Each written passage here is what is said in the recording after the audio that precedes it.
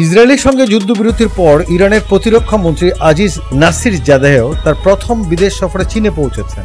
এই সফরে তিনি পূর্ব চীনের সমুদ্র উপকূলবর্তী শহর সিংদাওতে অনুষ্ঠিত সাংহাই সহযোগিতা সংস্থা সদস্য রাষ্ট্রগুলোর প্রতিরক্ষা মন্ত্রীদের বৈঠকে অংশ নিচ্ছেন।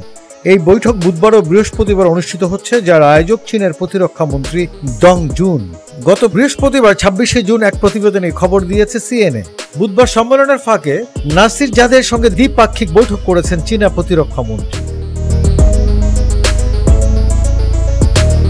রাষ্ট্রীয় সংবাদ মাধ্যম সিনহুয়ার বরাত দিয়ে জানানো হয়, ডং জুং এই বৈঠকে সমস্ত পক্ষকে পারস্পরিক সহযোগিতা জোরদার করে বৈশ্বিক স্থিতিশীলতা রক্ষার আহ্বান জানান। 2023 সালে ইরান আনুষ্ঠানিকভাবে এসসিওতে যোগ দেয়। চীন নেতৃত্বাধীন এই নিরাপত্তা জোটে আরও সদস্য দেশ হল Russia, Bharat, Pakistan, Kazakhstan, Kyrgyzstan, Tajikistan, Uzbekistan ও বেলারুশ। মধ্যপ্রাচ্যের উত্তাল পরিস্থিতি ও ইউরোপের ন্যাটো সদস্যদের সামরিক ব্যয় বৃদ্ধির ঘোষণার পটভূমিতে বৃহস্পতিবার সিংদাও শহরে চীন, ইরান ও রাশিয়ার প্রতিরক্ষা মন্ত্রীদের নিয়ে সম্মেলন আয়োজন করে।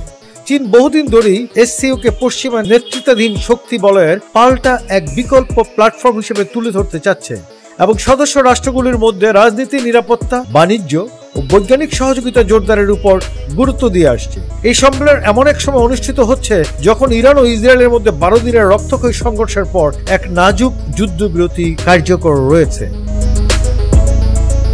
সম্মেলনের ঠিক আগের দিনই নেদারল্যান্ডসের হ্যাগে ন্যাটো নেতাদের এক শীর্ষ বৈঠকে সামরিক ব্যয় বৃদ্ধির ঘোষণা আসে, যা মার্কিন প্রেসিডেন্ট ডোনাল্ড ট্রাম্পের দীর্ঘদিনের দাবি পূরণের অংশ।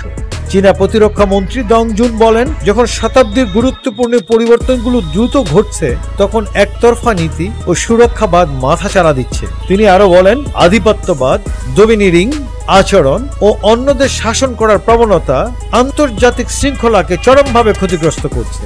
তিনি বিভিন্ন দেশের প্রতিরক্ষা প্রধানদের আহ্বান জানান, একসঙ্গে আরো জোরালো পদক্ষেপ গ্রহণ করে শান্তিপূর্ণ উন্নয়নের পরিবেশ রক্ষায় অঙ্গীকারবদ্ধ হতে হবে।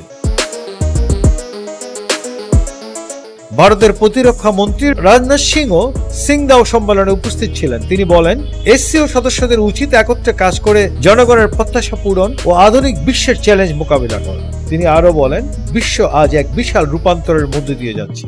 যে বিশ্বায়ন একসময় আমাদের কাছাকাছি এনেছিল, আজ তা ধীরে ধীরে গতি হারাচ্ছে।